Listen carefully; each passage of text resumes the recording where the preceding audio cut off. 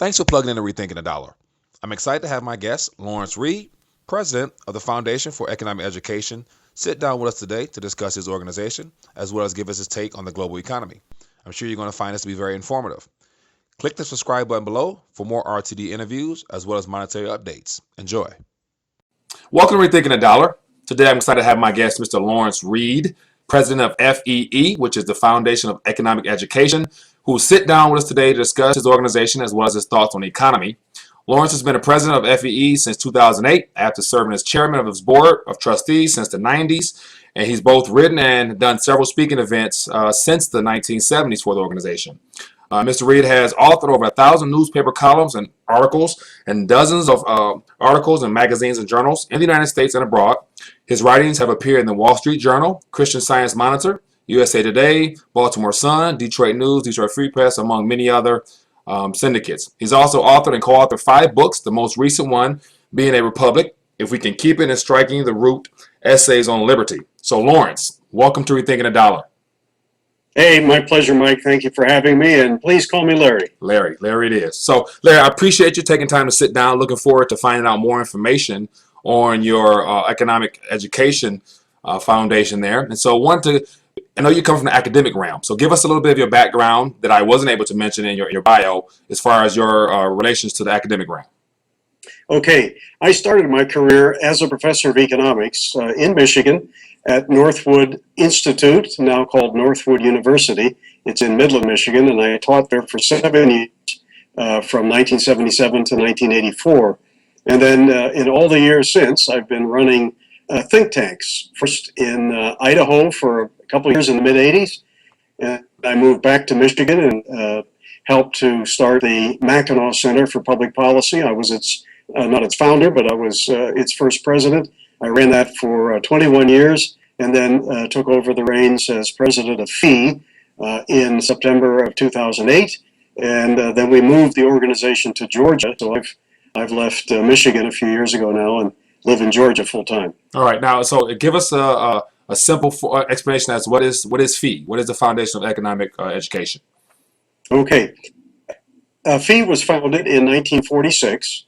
By the late Leonard Reed. It sounds like the same last name, but actually he spelled it R-E-A-D. We were not related, although I knew him for the last 7 years of his life. Wonderful man who, after World War II, was very concerned that there wasn't a full-time organization in the country devoted to advancing ideas of individual liberty and personal character, free markets, limited government. And that's why he started FEE in 1946.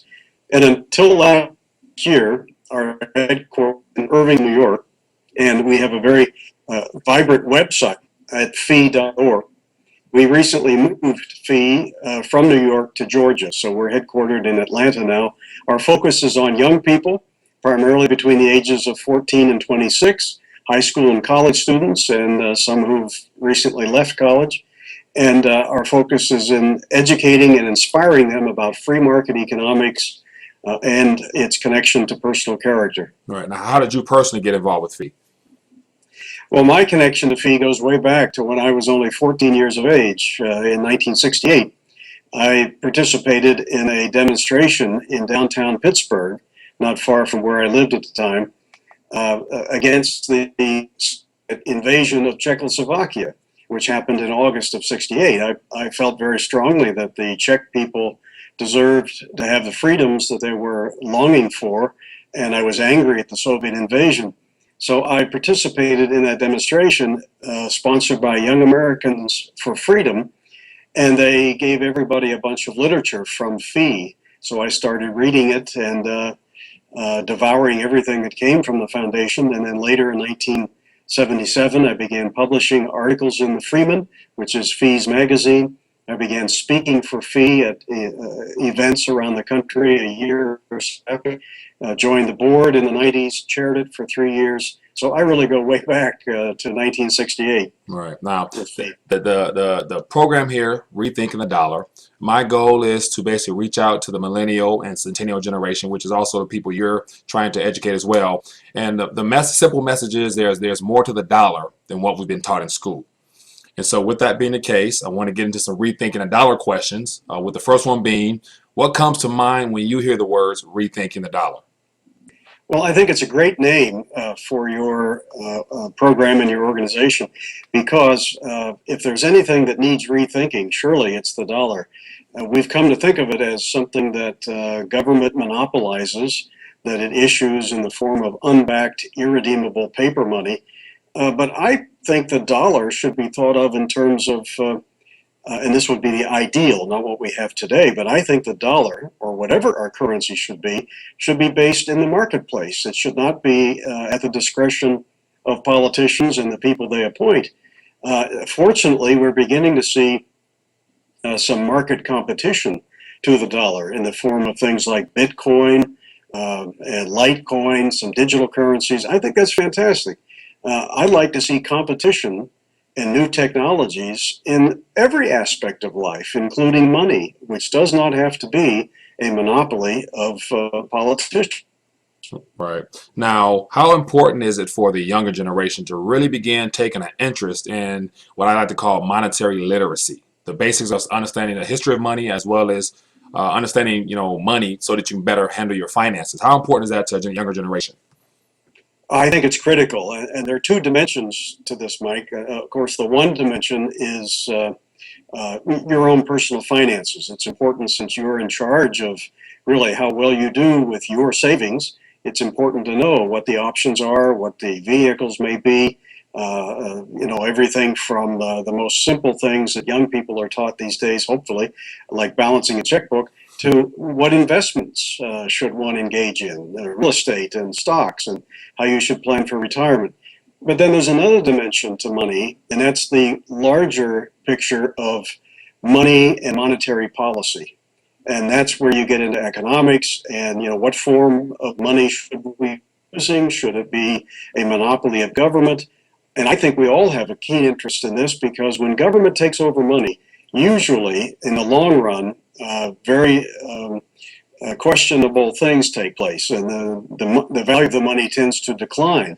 We all have an interest in a sound and stable currency so that when we do make investments, we do make contracts with other people, we can kind of count on the value of the money in which we've made these contracts. Right. Now, when it comes to just a basic understanding of money, why or how come you think, in your opinion, it's not something that's taught in school or a necessity in school from basically from preschool all the way to, for the most part, a college degree nowadays? Why do you feel that is? I think a couple of reasons. One, you have to realize that about 90% or 88% of Americans are schooled for 12 years in government schools. And even though there are plenty of good teachers with the best of intentions, the fact is, over the long run, government will not tend to instill a respect for alternatives and competitors. It doesn't teach people, hey, schooling and money and lots of things don't have to be provided by the government. So you kind of get a party line. And when it comes to money, government schools have just accepted and typically teach that government has to be in charge. It's always been that way. You just have to have good people managing it at the federal level or at the Federal Reserve.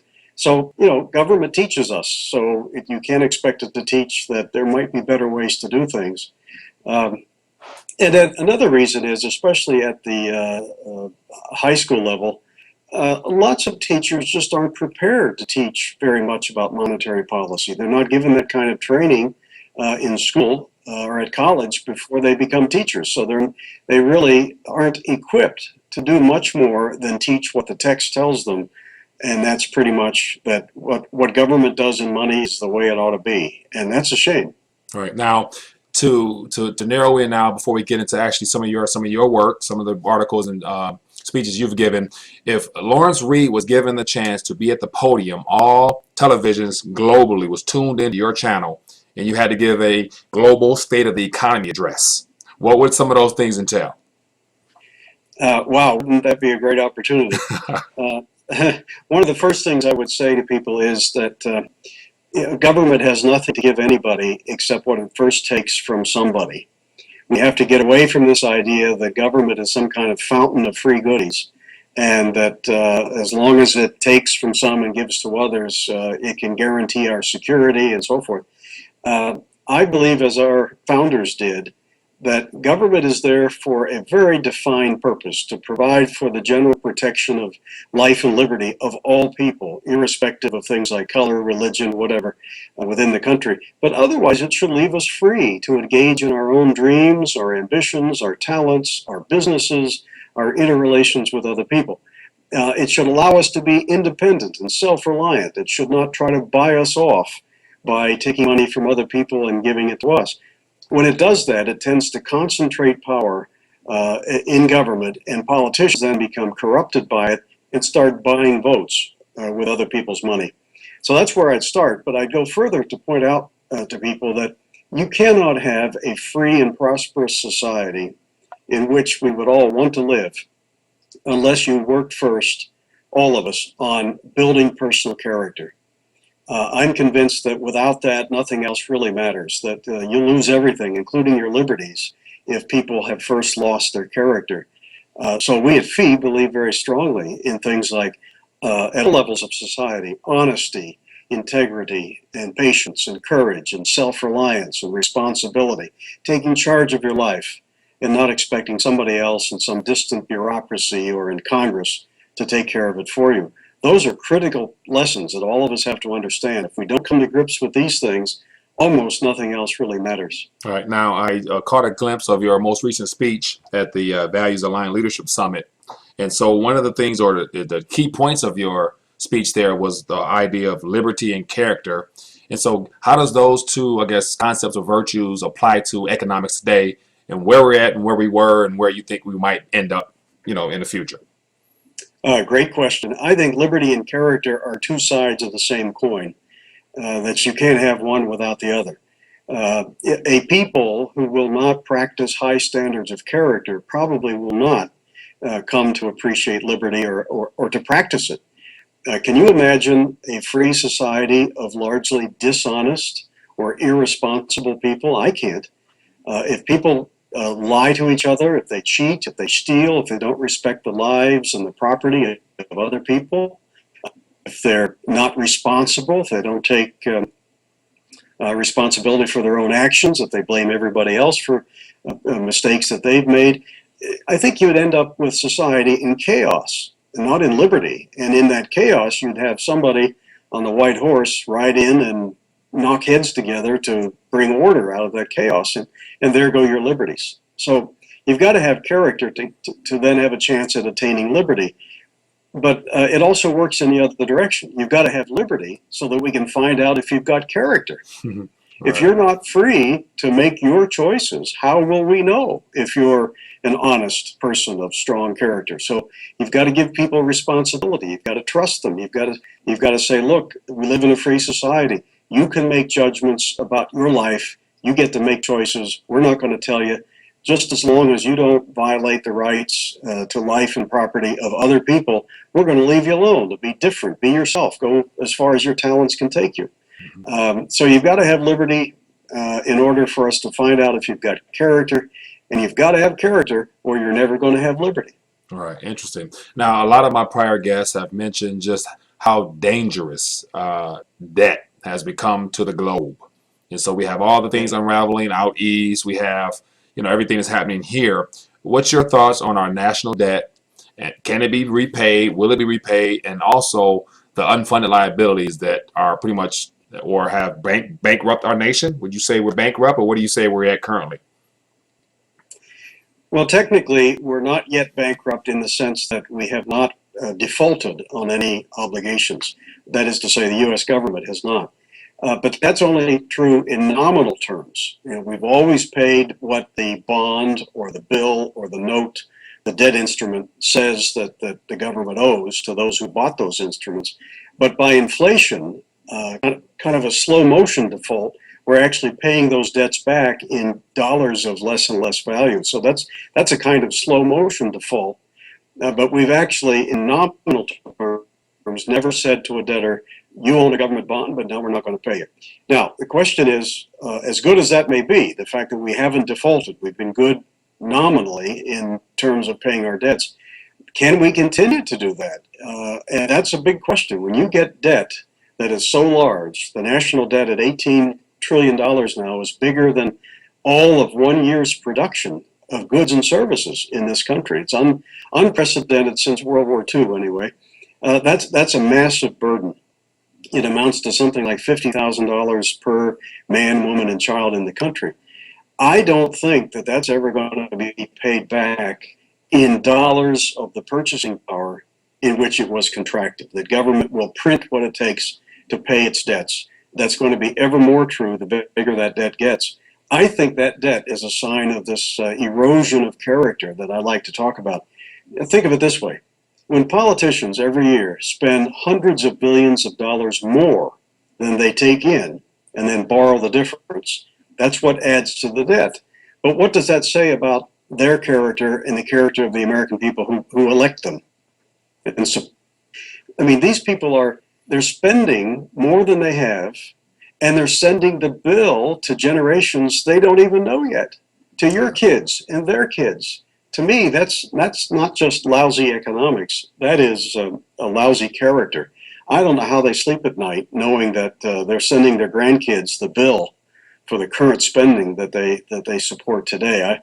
I don't think it's sustainable. We're going to have to come to grips with it, and it's time that we understand once again the virtue of pay as you go, of spending what you've got and not going into debt in such a huge and unsustainable way. Right now, you mentioned they're going to pretty much print their way out of trouble if need be, which will ultimately lead to inflation. Now, you wrote an article, "The Government is an Inflation Fighter," of which you share things about the concepts of different definitions of inflation. Give us some of those definitions there and how that kind of ties into our current debt situation. How inflation, I guess, might come or might not come. What are your thoughts?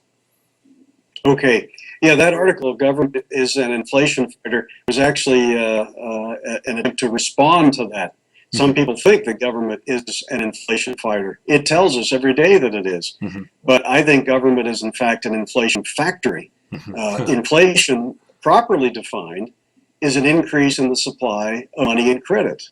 And even more specifically, an increase in the supply of money and credit beyond the genuine market demand for it. I know that the man in the street today defines it, I think, improperly as inflation is rising prices. But that's not really true. That's a description of the effect of inflation. Prices rise as an effect of inflation. First, you get the inflation, an increase in money and credit. Then later, as a consequence, you get rising prices. And it's important to define it properly because when you change the definition, you change the responsibility. If you say inflation is rising prices, then ask the question, well, who does that? You might say, oh, well, it's business people, it's workers, it's credit card companies, or it's oil sheiks in the Middle East. They raise prices. But, you can't have general prices across the board rising without a fall in the value of money, and you get that because they're printing too much of it. So rising prices aren't the definition. They are a consequence of it. When you define it properly, inflation is an increase in the supply of money and credit, and then ask the question, who does that? Who increases the supply of money? Well, you and I don't do it, because if we did, we'd be called counterfeiters and we'd go to jail. It's the federal government, through its Federal Reserve, that monopolizes over the banking system the power to create money. And when it does too much of it, it causes prices to rise, as one of many effects that money creation does. Right now, after or currently doing the whole financial crisis that took place a couple of years ago, the whole idea of quantitative easing came into play, or bailouts for the banking sector. Now, some people, say that it's inevitable that bail-ins will come, and so are you along the lines of that bail-ins will come next, as far as the actual depositors, savings and checkings like that, will come to help fund some of these debts that might have grown too large? Hope you're enjoying this interview with Larry Reed. Want to take a quick second to direct my Android lovers to the Google Play Store. We get a chance to download the RTD app to stay in tune with more monetary interviews as well as monetary news updates. Back to our conversation. Well, let me start by saying a word about those massive bailouts. That I'm opposed to those things, and I'm opposed to the monetary creation that the federal government has undertaken as a way to finance that. The analogy's often been made of the man who goes to a party and drinks like a fish. and he's feeling great while he's at the party, and maybe for a little while thereafter. At 2 a.m., he stumbles home in a stupor, and a few hours later, he feels the effects of the night before. He's now having the hangover phase. Well, you wouldn't say that he's doing the damage to himself during the hangover.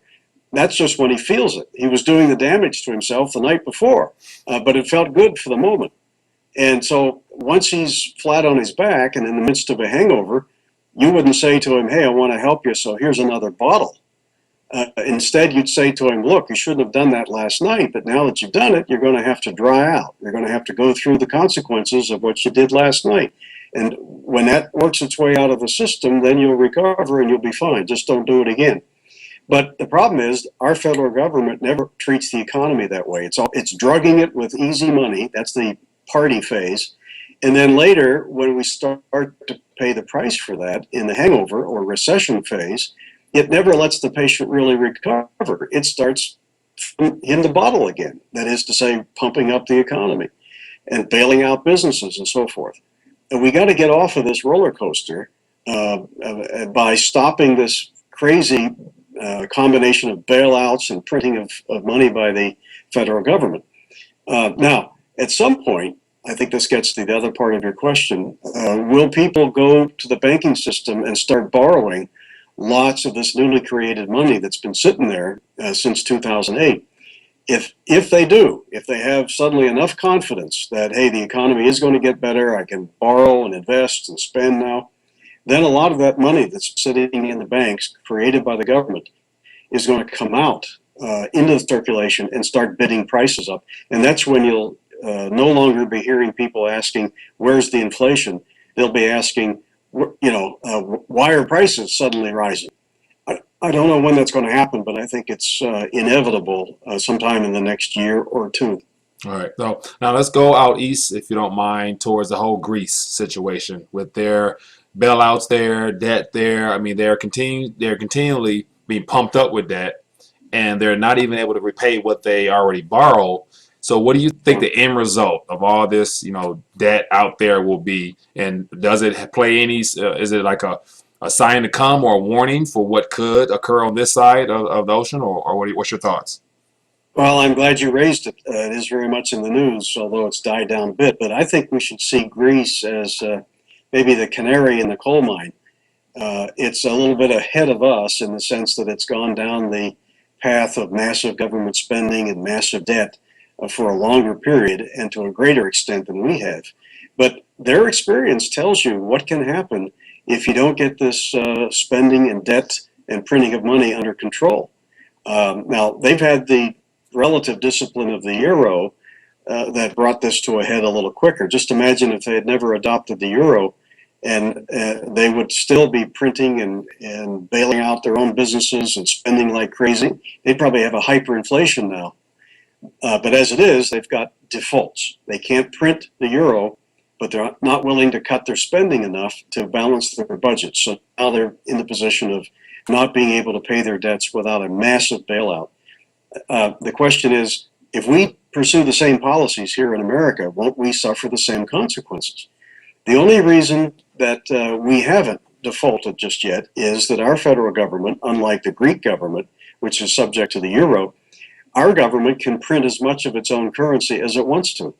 So maybe it can prolong this, but in the long run, we're facing the same kind of disaster that Greece has faced, and maybe worse. The problem stems from too much spending by government, irresponsible fiscal policies of running chronic deficits, piling up debts, and sending the bill to generations yet unborn with no plan to pay it off.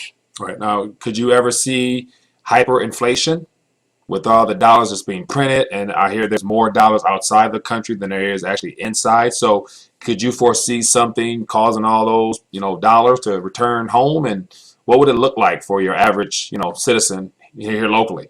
I don't think we can rule out hyperinflation. In fact, I know that some people think, well, that only happens to third world countries. America would never ruin its currency through a runaway inflation. But we've done it twice in American history. At the time of the War for Independence, the Second Continental Congress empowered Benjamin Franklin to print continental dollars, and Congress kept pressing him and subsequent people they put in charge of it to print more and more, and within 5 years it became completely worthless. We won the war with Britain in spite of that, but we did destroy our currency. And then during the Civil War, the southern states printed their currency until it became completely worthless. And of course, having lost the war, that was an aggravating factor that would have destroyed the currency anyway. But they printed it until it became almost worthless even before the war ended. And the northern states at the same time were printing their paper money, and it lost about 2/3 of its value. So we've done it before. It could come again, and it could be prompted by a number of things. It could be, let's say that the world decides, hey, the dollar is too risky, it's losing value too rapidly, let's go to something else. And the American dollar no longer is a reserve currency. If you have a lot of foreigners, Chinese in particular, who hold so much of our debt, if they start dumping American dollars, that could bring a lot of those paper dollars back here and bid up prices, and we'd have a runaway inflation.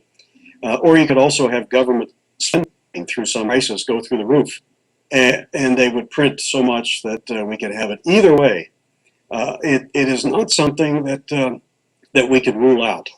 Once government is in charge of your money, I think you can't rule out any kind of catastrophe. Right. Now, even though, you can paint the picture of what's wrong.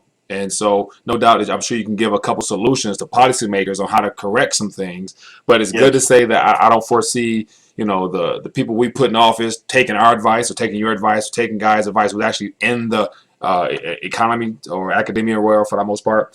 But what are some practical solutions that, say, for someone who comes across this interview for the first time, once they're done, they can say, okay, I'm going to start doing this. Can you give us 1 or 2 or 3 things that can begin, helping change someone's family or their future or anything like that? Yes, I can offer a few things. Again, this pileup of debt and this threat to our monetary system stem from the multiplication of money, of having government as a monopoly over money, and and spending like there's no tomorrow. Spending is at the core of the problem. We have to, as a people, demand that our government reduce its spending and spend what it takes in and not anymore. It has to balance its budget. And I think that's good advice for families too, and for the same reasons. If you chronically spend more than you've got, you're headed for trouble, whether I'm talking about an individual or the government. So we should behave privately the same way I think government ought to behave. You spend what you've got. You don't mortgage everything you've got. You don't spend today and send the bill to your kids or grandkids. Until we solve the spending problem, there's probably no way to get ourselves out of this financial mess. That's going to require a complete change in the thinking of the American people. They've got to stop looking to government as the source of their livelihoods, because when you trust the politicians, you really put your life in the hands of people who don't know you and who have their own motives for whatever they do, staying in power, wielding power, and accumulating wealth themselves. I don't want my life to be run by such people. I want to be in charge. I think that should be true of everybody. So we have to demand less from government and be people of honesty and integrity ourselves. Be good examples to our kids. Raise our kids to understand the importance of these virtues of minding your own business, of tending to your own finances, of spending within your means, and not expecting politicians to solve your problems for you. All right. Now, as we draw towards the end of this conversation, give us your thoughts on what the dollar, like right now, we're probably working on 96, 97% of the original purchasing power value of the dollar since the inception of the Federal Reserve. So 3, 4, 5% left. What are your thoughts and opinions as to what the Federal Reserve note might look like, 5, 10 years from now? Well, as one who would have opposed the creation of the Federal Reserve in the first place, I still believe strongly that in the long run we've got to get rid of the Fed. In fact, I can't imagine another institution of government that's more fully failed its promises. It was supposed to provide just the right amount of currency, iron out the business cycle, prevent depressions, and promote full employment. But here we are now, 100 years after it started, and we've had one Great Depression that it primarily was the cause of, 9 or 10 recessions, and a dollar that's worth only a nickel of what it was when they started. So I think what's necessary is for us to get over this idea that a handful of political appointees at the Federal Reserve somehow know what the proper supply of money would be. We wouldn't put 7 people in charge of the green bean supply or anything else. We'd say, how would they know? We let market forces determine such things. So I would take the power away from the Federal Reserve and institute market-based money. That might mean a gold standard in the near term for the paper money that government's already printed. But beyond that, I would allow the flourishing of private competing alternatives for money. Like Bitcoin, digital currencies, who knows? When it comes to credit cards, that's a kind of near money. We buy things with them, and that's not government issued. Those are issued by private companies. Mm-hmm. So we have some private competition now, but I would get the government out of the money business. So ultimately, if there's still a Federal Reserve note around after government does what I would tell it, it would be backed by something. It would not be subject to the discretion of a handful of people whose names hardly anybody even knows. Right. Well, Lawrence Reed, president of the Foundation of Economic Education, thanks for joining us. I want to give you a chance to get the audience connected to what you're doing and how to follow and get educated from your platform as well. Okay, I would invite your listeners, Mike, to come to our website, FEE.org. You'll see there a wealth of information going back 65 years. New commentaries and articles on current issues going up on the site every weekday. Seminars, free seminars for high school and college students. Just a real treasure trove of information on a vibrant, robust site that's updated every day. Well, Larry, thanks for joining us. Look forward to staying in touch with you and continue to follow your work and keep doing what you're doing, educating the young ones. Okay, thank you, Mike. Stay in touch. Yep, have a good one. Well, this concludes my discussion with Larry Reed, president of the Foundation for Economic Education. I want to encourage you to visit his site at FEE.org for more educational tools there. And also, if you found us to be informative, leave us a comment. I would love to hear your thoughts on this interview. Also, visit RethinkingTheDollar.com. We have a chance to test your monetary IQ with a quiz there, as well as get a copy of my free ebook, The Simplicity of Money. Visit me on Facebook. Give me a thumbs up there. I share monetary news there daily. And looking forward to bringing you more interviews. Thanks.